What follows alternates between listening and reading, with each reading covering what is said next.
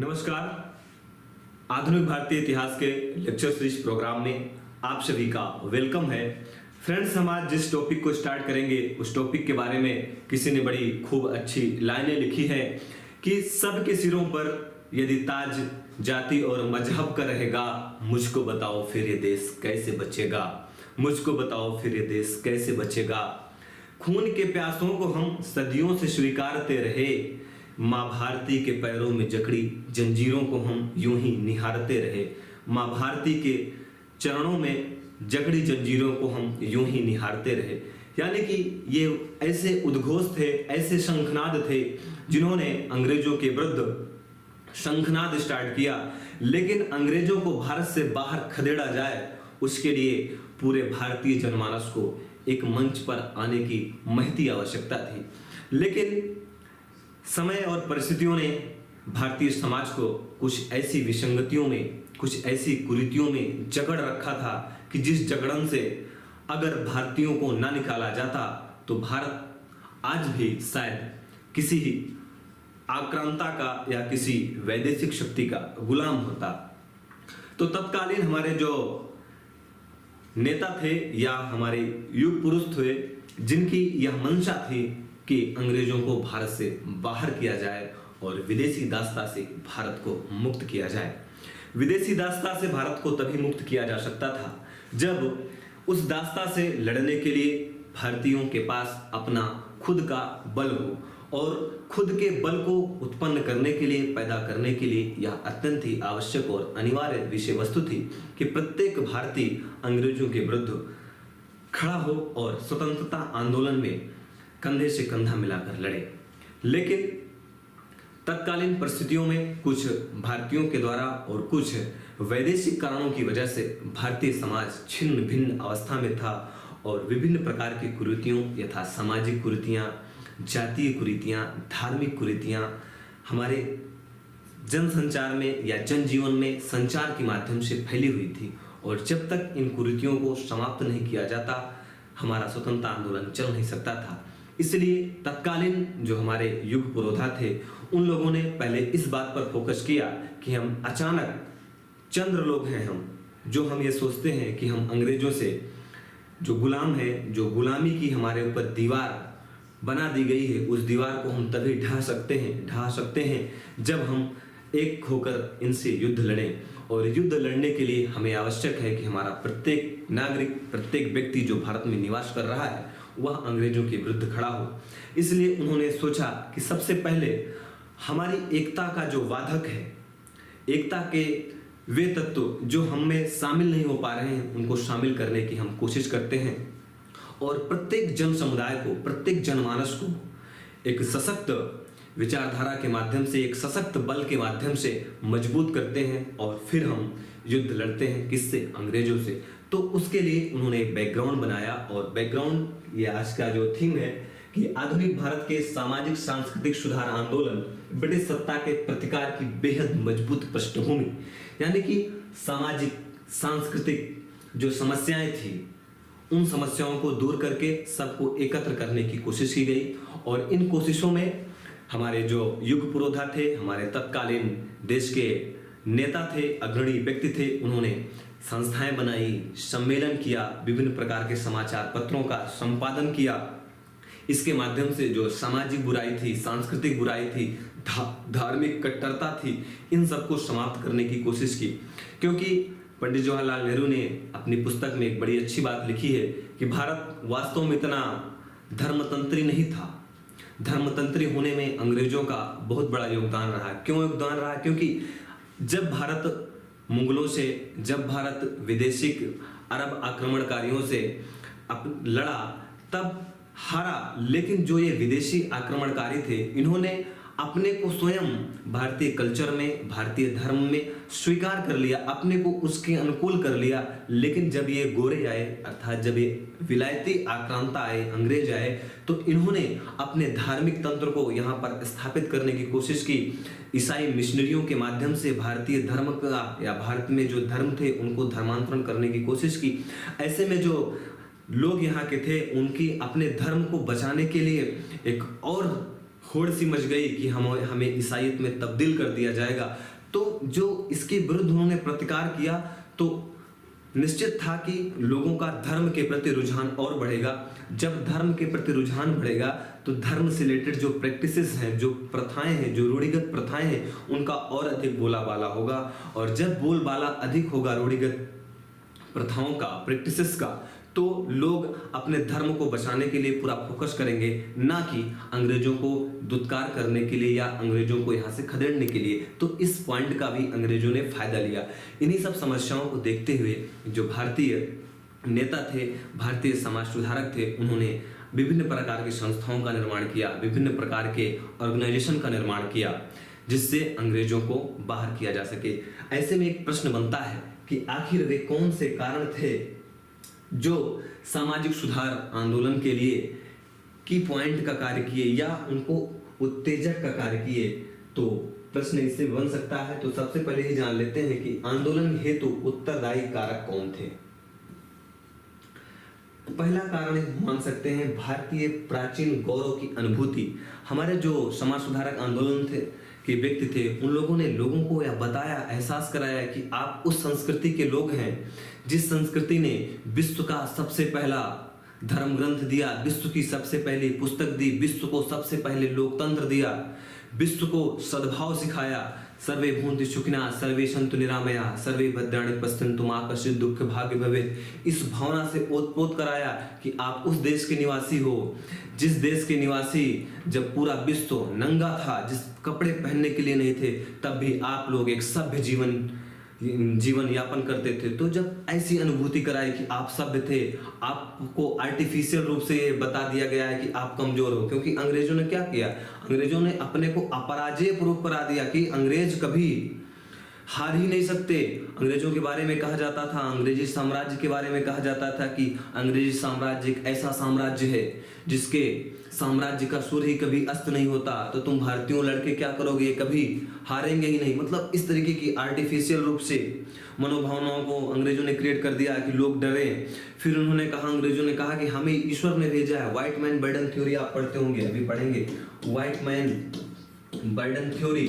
इस थ्योरी को अंग्रेजों ने गढ़ा और इस थ्योरी में बताया कि हमें ईसा मसीह ने, हमें ईश्वर ने यह कर्तव्य दिया है कि आप जाओ विश्व को सभ्य बनाओ। यानी कि इस तरीके की आर्टिफिशियल मानसिकताओं को लोगों के जहन में बसा दिया कि आप लोग गुलाम रहो, आप लोग इस लायक ही नहीं हो, you are not capable for. हम लोग कैपेबल हैं आपको सुसंस्कृत करने के लिए, सुसभ्य करने के लिए। लेकिन भारतीयों ने अपने गौरवशाली इतिहास को बताया, सिंधु सभ्यता को बताया, वैदिक काल को बताया कि आपके यहाँ किस तरीके से डेमोक्रेसी थी, चाणक्य जैसे महान मर्मज्ञ आपके यहाँ पैदा हुए हैं, राजनीति शास्त्र के पुरोधा आपके यहाँ पैदा हुए हैं। भारतीयों को लगा नहीं, बात सही है। तो पहला कारण ये हुआ कि लोगों को अपने अतीत के गौरवशाली इतिहास के बारे में बताया गया। फिर दूसरा कारण क्या था, ब्रिटिश नीतियों का प्रभाव। शायद धार्मिक सुधार आंदोलन नहीं होता अगर ब्रिटिश नीतियां नकारात्मक न होती। ब्रिटिश नीतियों में चाहे वह सामाजिक क्षेत्र की नीति हो, चाहे वह आर्थिक क्षेत्र की नीति हो, चाहे वह राजनीतिक क्षेत्र की नीति हो, आर्थिक क्षेत्र में उन्होंने ऐसी पद्धतियां लगाई कि भारतीय उद्योग तहस नहस हो गए। जिस अर्थव्यवस्था के बारे में कहा जाता है कि विश्व के लगभग 40% जीडीपी में भारत का योगदान था, उस देश की जीडीपी को 1% से कम पर लाके अंग्रेजों ने रख दिया। यानी कि पूरी आर्थिक व्यवस्था को तबाह कर दिया। स्वतः स्फूर्त अर्थव्यवस्था थी हमारी, यानी कि हमारी अर्थव्यवस्था को किसी इंपोर्ट की आवश्यकता नहीं होती थी, हम केवल एक्सपोर्ट करते थे। और उस स्थिति में हम एक्सपोर्टर से हम इंपोर्टर बन गए। हमारे कुटीर उद्योग समाप्त कर दिए गए, हथकरघा उद्योग समाप्त कर दिए गए, लोग बेरोजगार लाचार हो गए। ये आर्थिक नीतियां इन्होंने ऐसे टैक्सेशन, रैयतवाड़ी, महलवाड़ी ऐसी व्यवस्थाओं को लगाया। आगे हम पढ़ाएंगे आपको रैयतवाड़ी, महलवाड़ी व्यवस्थाएं क्या थी। इन व्यवस्थाओं के माध्यम से किसानों को इतना शोषण किया गया, इतना कृषकों का शोषण किया गया। कृषकों के पास खाने के लिए पैदावार तो 20 कुंटल पर एकड़ कर रहे हैं, लेकिन खाने के लिए उनके पास 1 कुंटल भी अनाज नहीं बचता था। सारे उत्पादन का वो लोग टैक्स के माध्यम से ले लेते थे। तो आर्थिक रूप से भारत को तबाह कर दिया। सांस्कृतिक दृष्टि से और धार्मिक दृष्टि से भारत को तबाह करने की कोशिश की। ईसाई मिशनरियों को भेजा भारत में कि जाओ भारत का धर्मांतरण करो, पूरे भारत को ईसाईयत में तब्दील कर दो। भारत के जो सांस्कृतिक स्थल थे उन स्थलों के बारे में गलत गलत धारणाएं फैलाई गई कि ये सारे कपोल कल्पित हैं और ईसा मसीह ही केवल सत्य हैं। तो ये सांस्कृतिक धार्मिक कारण था। राजनीतिक दृष्टि से देखें तो भारत के जो ग्राम पंचायतें थी, इन ग्राम पंचायतों को समाप्त कर दिया गया और इन पर अंग्रेजी सत्ता का प्रभुत्व स्थापित कर दिया गया। तो ये कारण था कि ब्रिटिश खराब नीतियां। फिर अगला कारण का क्या हुआ कि पत्रकारिता का प्रभाव। इसी समय भारत में खूब महान पत्रकार हुए और वो पत्रकार आज के पत्रकार नहीं थे कि आज के पत्रकार कहा जाता है कि टीआरपी के लिए सारा काम करते थे। उस समय के पत्रकार लोगों में जनमानस में चेतना फैलाने का कार्य करते थे कि हे भारतीयों, एक हो जाओ, अभी नहीं तो कभी नहीं। आपको सदियों से गुलाम बनाया गया है, आपके रिसोर्सेस को, आपके संसाधनों का विदोहन किया जा रहा है और आपके धन को भारत से विदेशों को भेजा जा रहा है और आप दासता के चंगुल में फंसे हुए हैं। आप उत्पादन करते हैं लेकिन आप खाने के लिए आपके पास अनाज नहीं है। आप उत्पादन करते हैं, आपको खाने के लिए अनाज नहीं बचता है। आप नील की खेती का उत्पादन करते हैं और नील की खेती से आप अपने कपड़ों को कलर नहीं कर पाते। वो सारी नील की खेती विदेश चली जाती है, नील का उत्पादन विदेश चला जाता है और आप केवल एक मजदूर की भांति नमक रोटी खाते हैं। नमक भी नहीं, नमक पर भी टैक्स लगा दिया गया है। तो पत्रकारों ने लोगों के मध्य संचार का प्रभाव किया। तो पत्रकारिता ने भी इस आंदोलन को बढ़ाने के लिए जन्म दिया। फिर ईसाई मिशनरियों की धार्मिक मदान्धता, बताया आपको कि धार्मिक कारणों में ईसाई मिशनरी ने इतना धर्मांतरण कराया, छोटी छोटी 10-10 रुपए, 20-20 रुपए, 50-50 रुपए देकर पहले लोगों को भूखे रखते थे। उसके बाद कहते थे देखो तुम लोग भूखे हो, तुम्हारे पास तुम्हारा ईश्वर तुम्हें कहाँ बचाने आ रहा। उनके उत्पादन को समाप्त कर दिया गया, उनके कुटीर उद्योगों को समाप्त कर दिया गया। किसके? भारतीयों के। फिर उनको भूखे रखा गया। उसके बाद जब देखे कि ये भूख से तड़प रहे हैं तो ये जाते थे कि हम तुमको 10 रुपए देते हैं, 20 रुपए देते हैं, 20 किलो अनाज देते हैं। भारतीय कहते थे दे दीजिए, लेकिन ये लोग कहते थे इसके बदले आपको ईसाईयत स्वीकार करना पड़ेगा, अपना धर्म चेंज करना पड़ेगा। यानी कि धर्मांधता की एक पराकाष्ठा को जब ईसाई मिशनरियों ने पार कर दिया तो लोगों में का मन जो झकोर उठा और उन्होंने कहा नहीं, अब बगावत करनी पड़ेगी। बगावत किसके विरुद्ध? अंग्रेजों के विरुद्ध। फिर महिलाओं के अधिकारों का प्रभाव। आप जानते हैं कि वैश्विक स्तर पर ही नहीं, विश्व में भी और भारत में भी महिलाओं के साथ एक हमेशा से नकारात्मकता की मानसिकता रही है। महिलाओं को समाज में समानता का अधिकार नहीं दिया गया।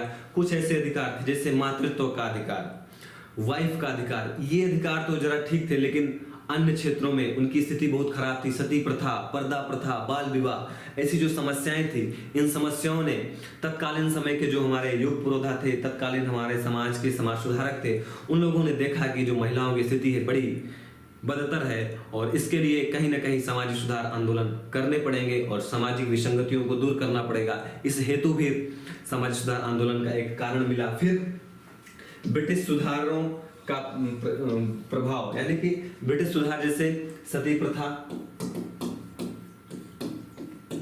बाल विवाह निषेध, पर्दा प्रथा, नर बलि, इन सब प्रथाओं को जब ब्रिटिशर्स ने समाप्त किया तो इससे दो बातें निकल कर आई। कुछ लोगों ने इसे सकारात्मक रूप में लिया कि ठीक है भाई, सती प्रथा को विलियम बेंटिंक ने समाप्त कर दिया। सती प्रथा क्या थी कि जब किसी पुरुष की डेथ हो जाती थी तो उसकी पत्नी को कुछ समय तक तो इसे स्वेच्छा पर डिपेंड करता था कि महिला सती होगी, या सती का मतलब उसी जो जिसका पति डेथ कर गया है, मर गया है या मृत्यु हो गई है, उसके साथ उसकी जीवित पत्नी को भी जल जाना होता था। ये थी सती प्रथा। तो अभी आप देखेंगे इसमें सबसे ज्यादा राजा राम मोहन राय का एफर्ट रहा, आगे हम पढ़ेंगे। तो सती प्रथा को जब विलियम बेंटिंक ने समाप्त किया तो इससे भारतीयों को सकारात्मकता भी मिली कि जो लोग बुद्धिजीवी थे और जिन्होंने आंदोलन किया कि देखिए जो सती प्रथा है ये समाप्त हुई, इससे महिलाओं की जो स्थिति थी, जो दयनीय स्थिति थी, उसमें सुधार हुआ। और कुछ लोगों ने इसे नकारात्मकता में लिया कि देखिए हमारे ऊपर ये हस्तक्षेप कर रहे हैं तो हमें ही सुधर जाना चाहिए। फिर अगला क्या कारण हुआ? तार्किक मानसिकता का बोलबाला और ऊंच नीच की मानसिकता को समाप्त करने की कोशिश। आप जानते हैं कि भारतीयों में एक पुनर्जागरण हुआ। क्या? पुनर्जागरण। और पुनर्जागरण का मतलब क्या हुआ कि कभी जगे थे लेकिन सो गए हैं। अब हमें पुनः जगना है और पुनः अपने सत्य के मार्ग पर अपने राष्ट्र के प्रगति के लिए कार्य करना है। तो भारतीयों में तार्किकता की भावना आई कि भाई देखिए, ठीक है, किसी के हस्बैंड की डेथ हो जाती है, ठीक है, ईश्वर ना करे किसी के हस्बैंड की डेथ हो, लेकिन अगर हस्बैंड की कोइंसिडेंट डेथ हो जाती है तो उसकी जीवित पत्नी को क्यों जला दिया जाए, ये गलत है। तो इस तरीके की मानसिकता आई।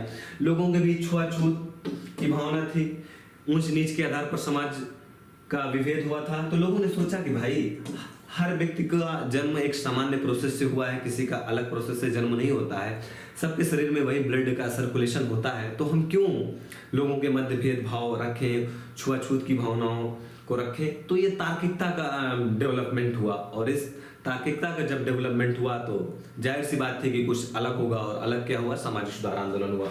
तो ये मेनली रीजन थे कि सामाजिक सुधार आंदोलन क्यों हुए।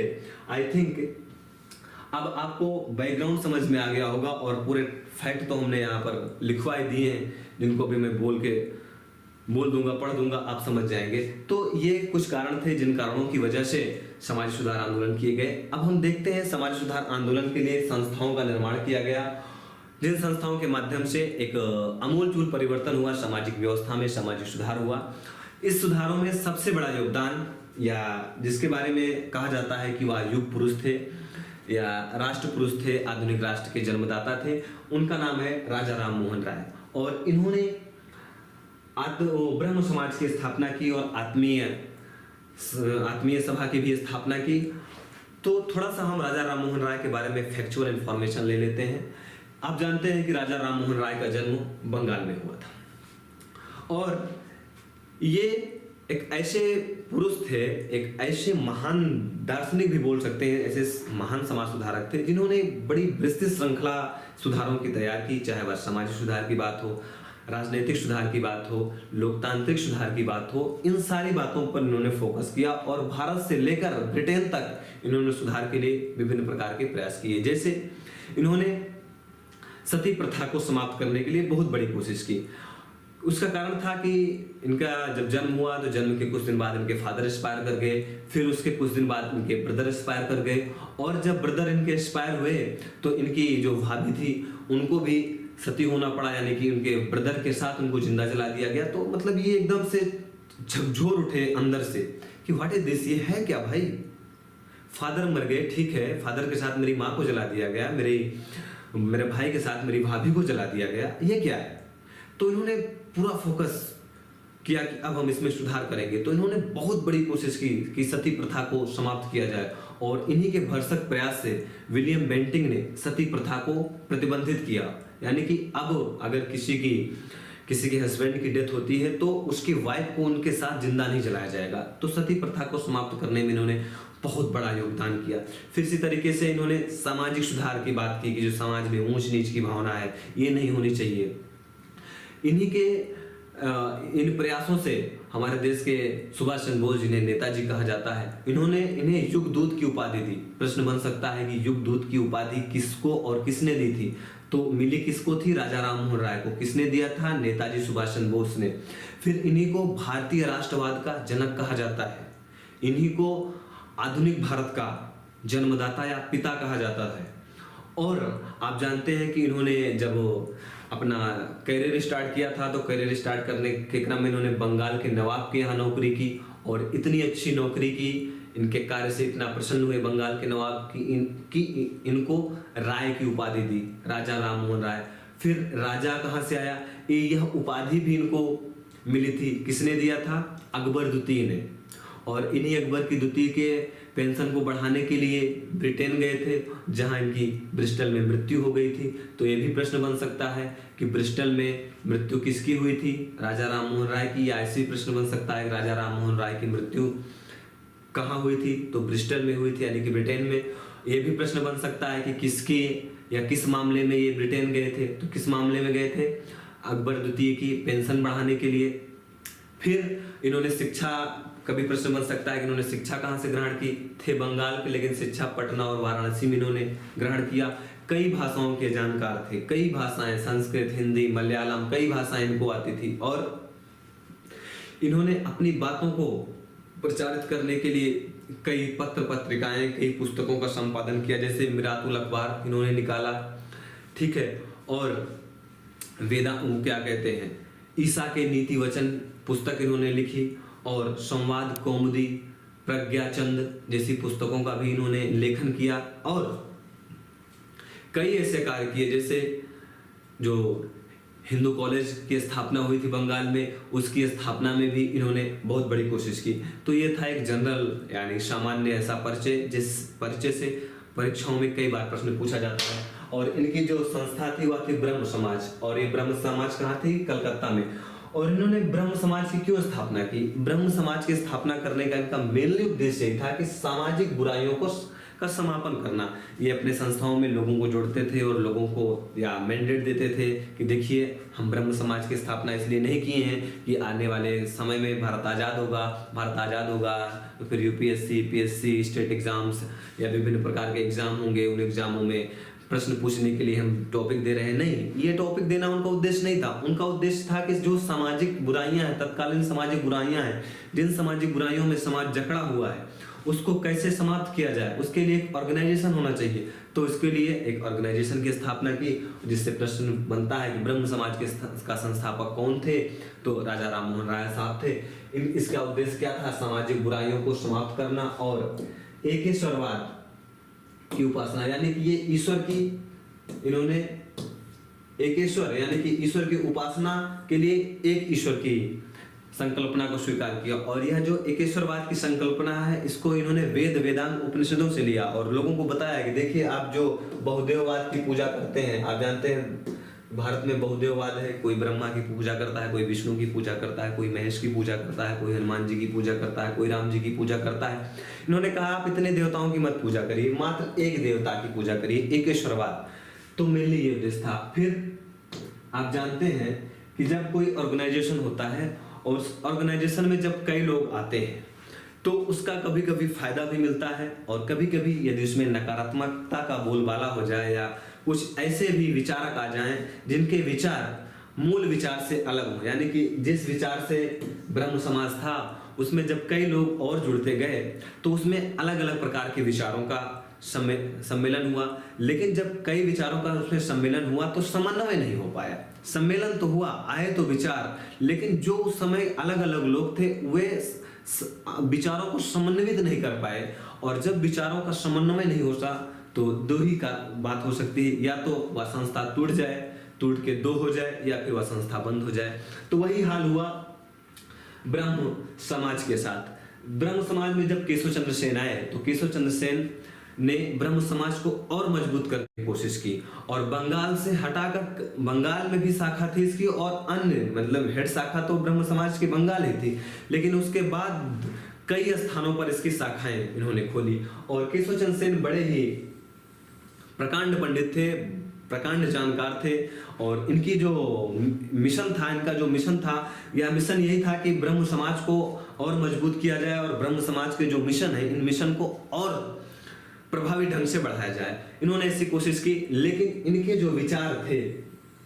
वे कुछ अलग प्रकार के थे, और जब अलग प्रकार के थे तो इनको ब्रह्म समाज से निकाल दिया गया कि ठीक है अब आप ब्रह्म समाज में नहीं रहोगे। तो उन्होंने कहा हम ब्रह्म समाज में रहें या ना रहें, लेकिन हम एक ब्रह्म समाज का निर्माण अलग से कर देंगे। जब इन्होंने ब्रह्म समाज से अलग हुए, यानी कि ब्रह्म समाज का डिवीजन हो गया, तो इनका जो ब्रह्म समाज हुआ केशव चंद्र सेन का, इनका जो ब्रह्म समाज कहलाया भारतीय ब्रह्म समाज, और इसका संस्थापक केशव चंद्र सेन ने किया। इसे ही विधान भी कहा जाता था, और इसका भी उद्देश्य यही था कि सामाजिक जो कुरीतियां हैं, सामाजिक बुराइयां हैं, इनका हमें समापन करना है। फिर आगे क्या बात हुई, आगे बात यह हुई कि केशव चंद्र सेन ही बहुत क्रांतिकारी आदमी थे, अलग प्रकार के आदमी थे, लेकिन जिन सुधारों को लेकर ये आगे बढ़े थे उसमें ही इन्होंने कमियां करी। जैसे ब्रह्म समाज सामाजिक बुराइयों में कहता था कि बाल विवाह नहीं होना चाहिए, इन्होंने देखा कि कूच बिहार के राजा हैं, वो उनकी शादी होनी थी, तो इन्होंने अपनी कम उम्र की लड़की से शादी किससे कर दिया, कूच बिहार, बिहार का एक कूच स्थान था, वहां के राजा थे, उनकी शादी होनी थी, तो इन्होंने अपनी कम उम्र की लड़की की शादी कर दी इनसे, कूच के राजा से। तो लोगों ने कहा डियर केशव चंद्र सेन, हमें ये बताओ कि आप कह रहे हो कि हम सामाजिक सुधार कर रहे हैं, लोगों से बोल रहे हो कि आप बाल विवाह मत करो, और आप क्या कर रहे हो, आप राजा पाए कि अपनी पुत्री की शादी उनसे करवा दिए। ये तो आप गलत कर रहे हो, आप ऐसा मत करो। केशवचंद्र सेन ने कहा नहीं, मेरी पुत्री तो अब राजकुमारी बनेगी, हमने प्रण कर लिया है। तो लोगों ने कहा ठीक है केशवचंद्र सेन, आपकी पुत्री है, आपका अधिकार है कि आप महारानी बनाएंगे या सामाजिक व्यवस्था को कुव्यवस्था में बदलेंगे, ये आपके ऊपर है। लेकिन आप जिस मिशन के साथ भारतीय ब्रह्म समाज में जुड़े हैं, वह भारतीय ब्रह्म समाज आपको इस बात की इजाजत नहीं देता कि आप ऐसा करें। ये नहीं माने तो फिर नहीं माने तो वही हुआ, या तो ऑर्गेनाइजेशन समाप्त हो जाएगा या ऑर्गेनाइजेशन में डिवाइड हो जाएगा, दूसरा ऑर्गेनाइजेशन बन जाएगा। केशवचंद्र सेन जी बोले ठीक है, हम कोई पहली बार थोड़ी निकल रहे हैं, हम ब्रह्म समाज से भी निकले, तो उसके बाद भारतीय ब्रह्म समाज बना दिए। अब आप हमको भारतीय ब्रह्म समाज से निकाल दोगे तो हम साधारण ब्रह्म समाज बना देंगे। तो साधारण ब्रह्म समाज की भी स्थापना किसने की? केशवचंद्र सेन ने की। पहले भारतीय ब्रह्म समाज की स्थापना की, क्योंकि वह ब्रह्म समाज से निकाले गए थे। जब भारतीय ब्रह्म समाज से निकले तो साधारण ब्रह्म समाज बना दिए। इन तीनों चीज को जाने। फिर इसी में अगला जो ऑर्गेनाइजेशन है वह भी राजा राम मोहन राय साहब से जुड़ा हुआ है, और आत्मीय सभा है। और इसका क्या उद्देश्य था? इसका भी उद्देश्य था कि एकेश्वरवाद का प्रचार करना। हमें राजा राम मोहन राय साहब को लगा कि ब्रह्म समाज से हम एकेश्वरवाद की जो उपासना है, जो एकेश्वरवाद की विचारधारा है, इसको हम तेजी से प्रसारित नहीं कर पा रहे हैं। इसके लिए हमें एक और ऑर्गेनाइजेशन की आवश्यकता है। इसके लिए उन्होंने आत्मीय यानी कि जो बहुत क्लोज फ्रेंड थे उनके लिए एक सभा बनाई, और उस सभा का मैंडेट रखा या उस सभा का उद्देश्य रखा कि हम एकेश्वरवाद का प्रसार करेंगे। तो आत्मीय सभा की स्थापना राजा राम मोहन राय साहब ने की, और इसका उद्देश्य था एकेश्वरवाद को उपासना या एकेश्वरवाद की उपासना को बढ़ावा देना। अगला जो ऑर्गेनाइजेशन है, बहुत ही महत्वपूर्ण ऑर्गेनाइजेशन है, वह है आर्य समाज। और आर्य समाज के जो जनरल क्वेश्चन बनता है कि आर्य समाज के संस्थापक कौन थे, तो इसके संस्थापक थे स्वामी दयानंद सरस्वती।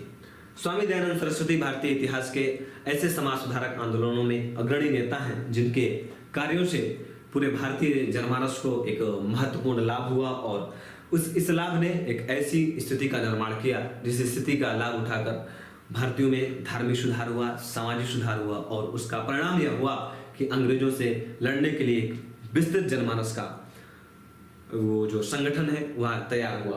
तो जो यह आर्य समाज था, इसका उद्देश्य क्या था कि वैदिक धर्म की स्थापना करना। वैदिक धर्म एक ऐसा धर्म है जो उस समय की कुरीतियों से अलग था। यानी कि वैदिक धर्म साफ साफ कहता है सर्वे भूंति सुखिनः सर्वे भूंति निरामया सर्वे भद्राणि पश्यन्तु मा कश्चित् दुःख भाग्य भवेत्। यानी कि वैदिक समाज में ना किसी प्रकार की कोई छुआछूत था, ना कोई पर्दा प्रथा था, ना कोई वेश्यावृत्ति थी, ना कोई सती प्रथा थी, ना लोगों के मध्य कोई डिवीजन था।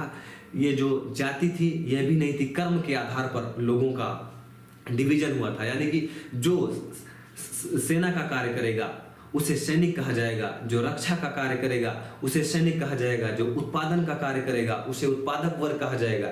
लेकिन मान लीजिए सैनिक का बेटा सैनिक नहीं बनता, वह पढ़ाने का कार्य करता है तो उसे ब्राह्मण बोला जाएगा, और ब्राह्मण का बेटा शिक्षा से जुड़ा नहीं हुआ है तो अगर मान लीजिए वह उत्पादन से जुड़ा हुआ है तो उसे वैश्य कहा जाएगा। यानी कि जो जिस कार्य को करता था उसके आधार पर उसकी कैटेगरी तैयार की गई, यह था वैदिक धर्म। तो स्वामी दयानंद सरस्वती ने आह्वान किया कि हम अपने वैदिक धर्म की पुनः स्थापना करेंगे, और वैदिक धर्म पूरा साइंटिफिक धर्म था, किसी भी प्रकार का कोई दोष, कोई विद्वेष, कोई समस्या थी ही नहीं, एक ऐसा उज्जवल धर्म था। इसी उज्जवल धर्म की स्थापना के लिए आर्य समाज की स्थापना स्वामी दयानंद सरस्वती ने की। अगला इसका उद्देश्य था कि जो सामाजिक असद्भाव है, लोगों के मध्य विसंगतियां हैं, छुआछूत है, एक दूसरे के मध्य तलवार खींच लेते हैं लोग, ये ब्राह्मण है, ये वैश्य है, क्षत्रिय है, तथाकथित शूद्र है, इन सब में डिवीजन होना चाहिए। स्वामी जी ने कहा नहीं, इट्स रॉन्ग, ये गलत है। सामाजिक सद्भाव होना चाहिए, एक थाली में सब लोग खाएं, एक कुआं में सब लोग पानी पिए, जिसको जो पहनना है वो पहने, किसी की पोशाक स्पेशल नहीं होगी। फिर उन्होंने कहा कि हम पश्चिमी जो प्रभाव है, आपको हमने बताया कि पंडित जवाहरलाल नेहरू ने भी कहा, गांधी जी ने भी कहा कि पश्चिमी कल्चर ने हमें नपुंसक बना दिया है, हमें आध्यात्मिक दृष्टि से लंगड़ा कर दिया है। तो इस मिशन को समाप्त करने के लिए और पश्चिमीकरण जिस प्रकार से भारतीय संस्कृति का हो रहा था, उस पश्चिमीकरण को समाप्त करने के लिए स्वामी दयानंद सरस्वती ने आर्य समाज की स्थापना की। फिर इन्होंने कहा कि हम अपने देश को अपने भारतीयता के दम पर पुनः स्थापित करेंगे, और इसके लिए इन्होंने आर्य समाज की स्थापना की। और इसका कभी कभी ये भी प्रश्न बन सकता है इसका मुख्यालय कहाँ था, तो इसका मुख्यालय लाहौर था। स्वामी जी को कहा जाता है कि यह हिंदू धर्म के लूथर थे, यानी कि मार्टिन लूथर किंग ने जिस प्रकार से रिफॉर्म लिए थे, अच्छे रिफॉर्म लिए थे, इसलिए उसी तरीके से स्वामी जी ने भी रिफॉर्म लिए, सुधार लिए, इसीलिए इन्होंने या इनको लूथर कहा गया। और इन्होंने कहा कि वेदों की ओर लौटो, आप वेदों की ओर लौटो, गो टू वेदास, यानी कि आप वेदों की ओर लौटो। वेदों में कोई समस्या नहीं है, वेद सब तार्किकता के आधार पर है। वेद किसी प्रकार की धार्मिक कुरीति को स्वीकार नहीं करता, किसी भी सामाजिक असद्भाव को स्वीकार नहीं करता। वह सभी में समरसता चाहता है, सभी में भ्रातृत्व की भावना, ब्रदरहुड की भावना चाहता है। फिर इन्होंने कहा कि आप ये जो 4 वर्गों में बटे हुए हैं, ब्राह्मण, क्षत्रिय, वैश्य, शूद्र, इट्स रॉन्ग। जो जैसा कर्म करेगा, कर्म के आधार पर आप लोगों को डिवाइड करिए। ये जाति प्रथा खराब है, बेकार की चीज है।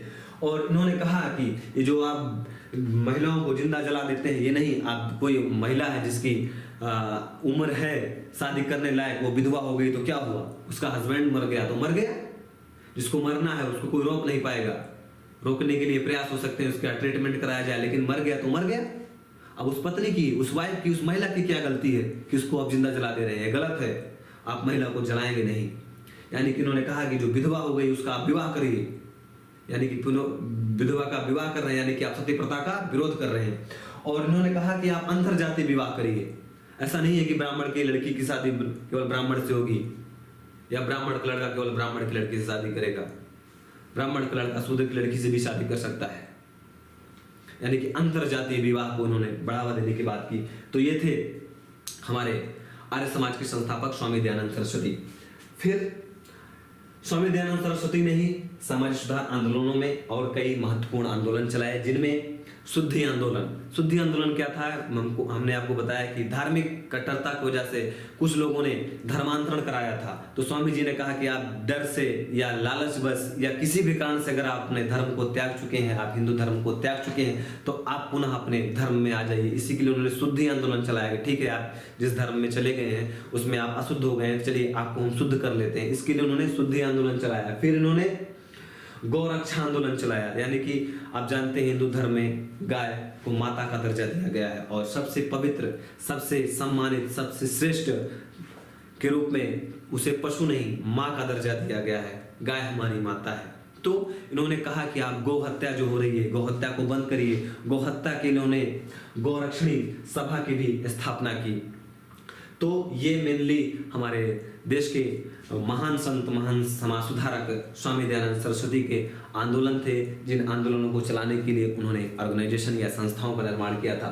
फिर अगला आंदोलन है या अगली संस्था है गुरुकुल कॉलेज। इसकी स्थापना स्वामी श्रद्धानंद, लेखाराम और मुंशीराम लोगों ने मिलकर की थी। मेनली अगर हम जब बिहार के एग्जाम को टारगेट करते हैं तो वहां पर ई ऑप्शन होता है, और ई ऑप्शन में फिर कई लोग मान लीजिए ऑर्गेनाइजेशन को मिलकर स्थापित किए हैं, तो वहाँ इसको भी रख दिया जाता है। तो बिहार पीसीएस वाले इस बात का विशेष ध्यान रखें कि गुरुकुल कॉलेज में अगर आप बिहार पीसीएस नहीं दे रहे हैं तो आप स्वामी श्रद्धानंद से काम चला सकते हैं, लेकिन यदि आप बिहार पीसीएस दे रहे हैं तो आपको लेखाराम और मुंशीराम को भी याद करना होगा।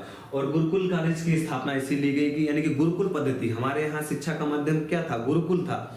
गुरु का एक आश्रम होता था, वहां पर लोग जाकर शिक्षा ग्रहण करते थे।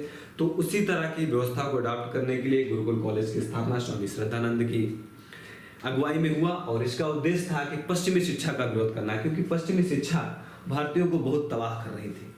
भारतीयों को अपने भारतीयता पर एहसास ना हो, और भारतीयों के प्रति अगर एहसास हो तो ऐसा हो कि यू आर डर्टी मैन, आप गलत हैं, आपके पास कुछ है ही नहीं है, आप तो बस यूं ही पैदा हो गए हो और आपको हम सभ्य बना रहे हैं। कौन कहता? अंग्रेज कहते। तो स्वामी श्रद्धानंद ने सोचा यार बहुत गलत है, इसके लिए एक ऑर्गेनाइजेशन की स्थापना होनी चाहिए, एक कॉलेज की स्थापना होनी चाहिए। तो स्वामी श्रद्धानंद साहब ने गुरुकुल कॉलेज की स्थापना की। फिर अगला जो हमारा सुधार आंदोलन का संस्था है वह है इंडियन रिफॉर्म एसोसिएशन। इसकी स्थापना यानी कि इंडियन रिफॉर्म एसोसिएशन की स्थापना केशव चंद्र सेन साहब के द्वारा की गई और इन्होंने इस एसोसिएशन का उद्देश्य रखा कि महिला के अधिकारों या महिलाओं के अधिकारों की हमें रक्षा करना है और पश्चिमी शिक्षा को प्रोत्साहन देना है। अभी आप देख रहे हैं गुरुकुल शिक्षा में पश्चिमी शिक्षा का विरोध हो रहा है, लेकिन इंडियन रिफॉर्म एसोसिएशन इसकी संस्थापना केशव चंद्र सेन साहब कर रहे हैं और ये कह रहे हैं कि हम महिलाओं के अधिकारों की रक्षा करेंगे, महिलाओं के साथ जो ज्यादती या नकारात्मक स्थितियां हैं उन नकारात्मक स्थितियों को समाप्त करेंगे, लेकिन साथ ही हम पश्चिमी शिक्षा को भी प्रोत्साहित करेंगे, यानी कि पश्चिमी शिक्षा को हम आगे बढ़ावा देंगे।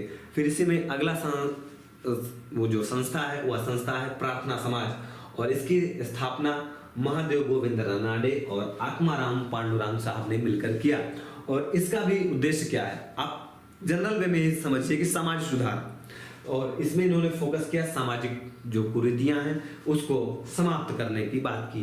फिर अगला ऑर्गेनाइजेशन है सार्वजनिक सभा, तो इसके संस्थापक महादेव गोविंद रानाडे थे।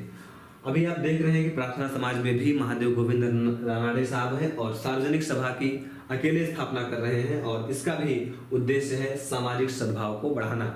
अगला जो ऑर्गेनाइजेशन है वह है वेद समाज और इसकी स्थापना श्री धरालू नायडू साहब ने की थी। एक दक्षिण का ऑर्गेनाइजेशन है, इसको भी देख लेते हैं, दक्कन एजुकेशन सोसाइटी। इसकी स्थापना महादेव गोविंद रानाडे साहब ने किया और इसका उद्देश्य क्या था? शिक्षा का प्रसार करना, अज्ञानता का विनाश करना और आगे चलकर इसी संस्था को फर्ग्यूसन कॉलेज में तब्दील कर दिया गया। प्रश्न बन सकता है कि पूना फर्ग्यूसन जो कॉलेज है वह किसके बैकग्राउंड पर बना? तुम्हारा उत्तर क्या होगा? उत्तर होगा दक्कन एजुकेशन सोसाइटी। तो आज की इस वीडियो में इतना ही। नेक्स्ट वीडियो में हम आगे के जो ऑर्गेनाइजेशन है उसको हम कंपाइल कर लेंगे। आज हम पूरे ऑर्गेनाइजेशन को कंपाइल या शामिल इसलिए नहीं कर पाए कि हमें एक बैकग्राउंड भी समझना था कि वे कौन से ऐसे बैकग्राउंड या कौन से वैसे आधार थे जिन आधारों ने समाज सुधार, संस्कृति सुधार आंदोलन को एक बूस्ट का कार्य किया। तो आई थिंक आज की क्लास आपको सरल और सहज रूप से समझ आई होगी और आपके एग्जाम के लिए यह क्लास महत्वपूर्ण होगी। तो आज की क्लास का समापन यहीं पर। धन्यवाद।